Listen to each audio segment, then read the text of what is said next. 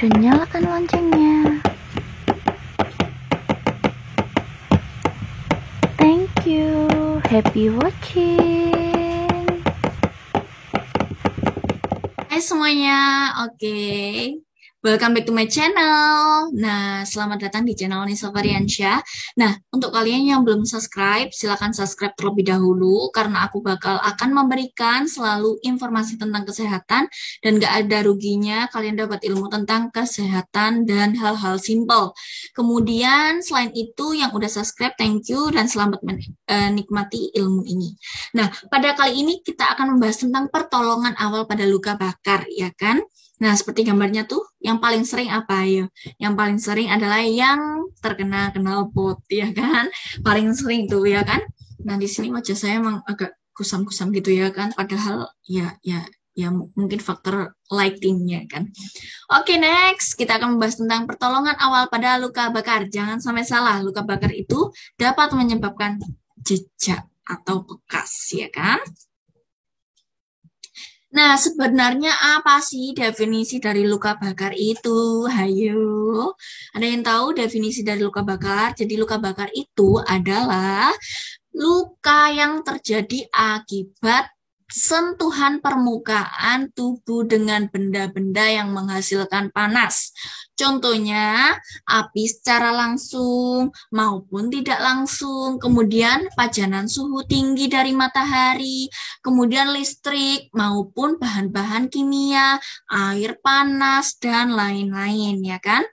Kemudian zat-zat yang bersifat membakar, bisa seperti asam kuat, basa kuat. Nah, ini sebenarnya banyak sekali, terutama fenomena akhir ini sangat-sangat panas, ya kan? Panas, sinar mataharinya panas. Ini bisa menyebabkan yang disebut dengan sunburn, ya kan? Luka bakar akibat sengatan sinar matahari, ya kan? Jadi ini definisi dari luka bakar itu, ya kan? Pokoknya luka yang diakibatkan oleh persentuhan benda yang panas seperti itu ya, intinya seperti itu ya kan. Nah, kemudian apa sih yang menyebabkan luka bakar itu? Ada banyak sih sebenarnya ya kan. Tapi ini yang paling umum. Yang pertama, benda panas tentu misalnya panci ya kan, panas bunda dan moms ini masak. Kemudian tidak sengaja terkena panci. Nah, panas. Kemudian terkena minyak, ya kan, minyak penggorengan yang panas, ya kan. Kemudian sinar matahari. Nah, ya tadi yang saya katakan sunburn. Seperti ini sering sih. Memang fenomena air ini tuh di sini di daerah saya tuh kalau jam 9 pagi ternyata dia 34 derajat. Nah, kan. Bayangkan kalau jam 1 siang, bagaimana panasnya itu matahari tepat di atas kepala rasanya ya.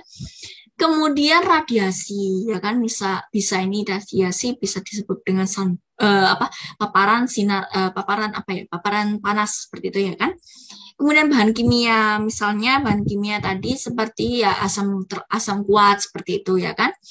Kemudian listrik. Nah, sengatan listrik ini jangan salah, dia dapat menyebabkan yang disebut dengan luka bakar juga.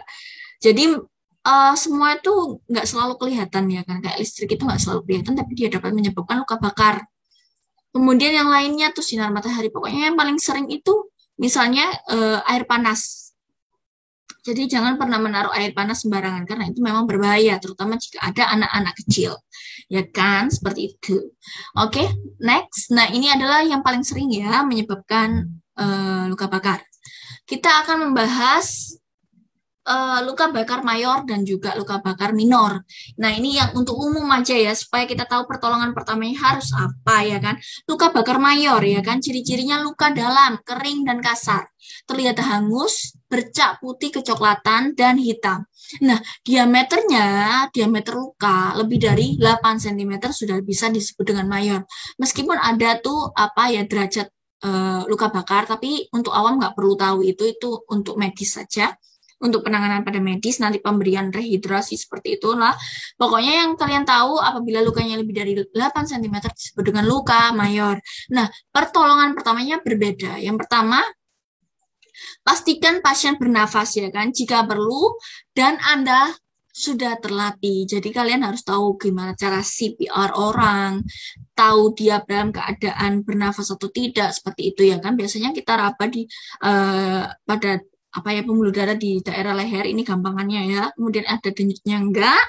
Nah, seperti itu. Kemudian kita dengarkan suara nafasnya dari mulutnya. Kemudian kita rasakan apakah ada apa ya, ada hembusan di nafasnya seperti itu. Pokoknya ini harus paham CPR lah.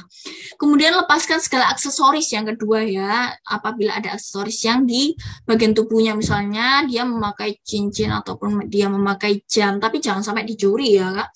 Kemudian posisikan area luka bakar lebih tinggi di atas jantung, sehingga diharapkan itu memang dia tidak mengganggu dari sirkulasi jantung. Kemudian yang keempat, perhatikan tanda-tanda shock, seperti misalnya kulitnya pucat, kebiruan misalnya ya kan, atau sulit bernafas. Itu tanda-tanda shock. Itu harus segera dibawa ke rumah sakit ya kan. Kemudian jangan basuh luka dengan air atau meredamnya. Jangan. Udahlah, apalagi dikasih kecap lah itu, dikasih apa ya, dikasih aneh-aneh odol. Jangan ya. Kalau bisa, jangan lakukan apapun. Ya kan, kalau luka bakarnya lebih dari 8 cm ya jangan. Kemudian tutup area luka dengan perban atau kain bersih. Atau kalau misalnya memang sampai banyak atau hampir seluruh area tubuh, misalnya ya segera bawa ke rumah sakit, panggil ambulan atau bawa ke rumah sakit terdekat, seperti itu ya. Nah, kemudian tadi luka bakar mayor, sekarang luka bakar minor ya kan. Kalau luka bakar minor ciri-cirinya apa? Nah, ya lukanya kurang dari 8 cm, meskipun memang ada ya tadi ya kan yang sudah saya sebutkan derajat-derajatnya, kalian perlu tahu yang diameternya aja ya kan, secara gampangnya lah seperti itu ya kan. Nah, kemudian pertolongan pertamanya gimana? Nah, pertolongan pertamanya yang pertama, baringkan tubuh korban, ya kan? Posisikan area luka bakar lebih tinggi, tetap pada prinsipnya seperti itu. Kemudian lepas aksesoris, tetap sekali lagi prinsipnya. Kemudian berikan kompres dengan air biasa, ya kan?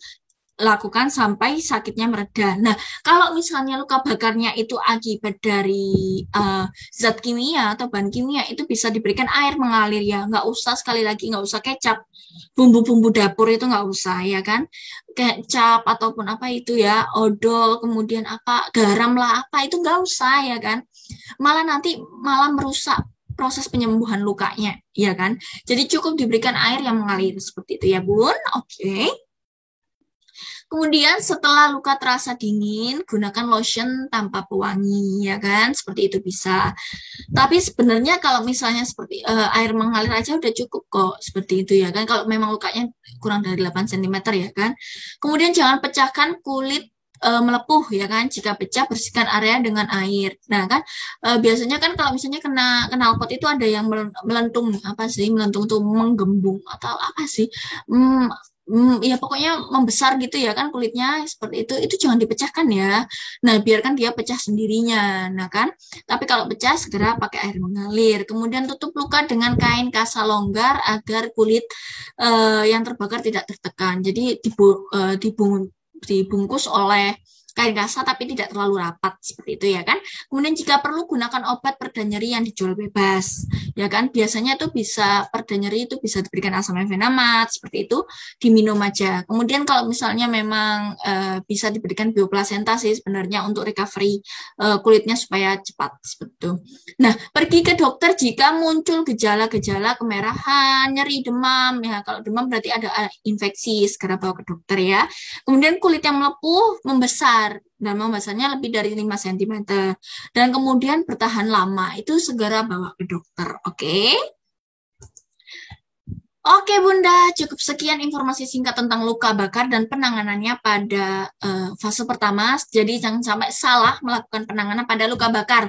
Usahakan jangan tambah meninggalkan bekas luka bakar tersebut ya kan. So jangan lupa untuk subscribe YouTube channel aku Nisa Variansyah dan follow Instagram aku @nisavariansyah.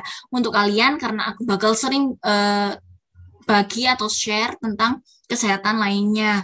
Dan untuk kalian yang kepingin topik apa misalnya, itu kalian silahkan komen, nggak apa-apa. Atau pertanyaan yang masih belum paham tentang materi ini, silahkan tanya di kolom komentar, oke? Atau tanya di IG saya, follow, boleh. Oke, cukup sekian penjelasan singkat pada kali ini, penanganan luka bakar, dan semoga kalian sehat selalu. Oke, thank you. Thank you for watching. Semoga bermanfaat. Don't forget to share on your group dan juga like. Thank you. Bye-bye.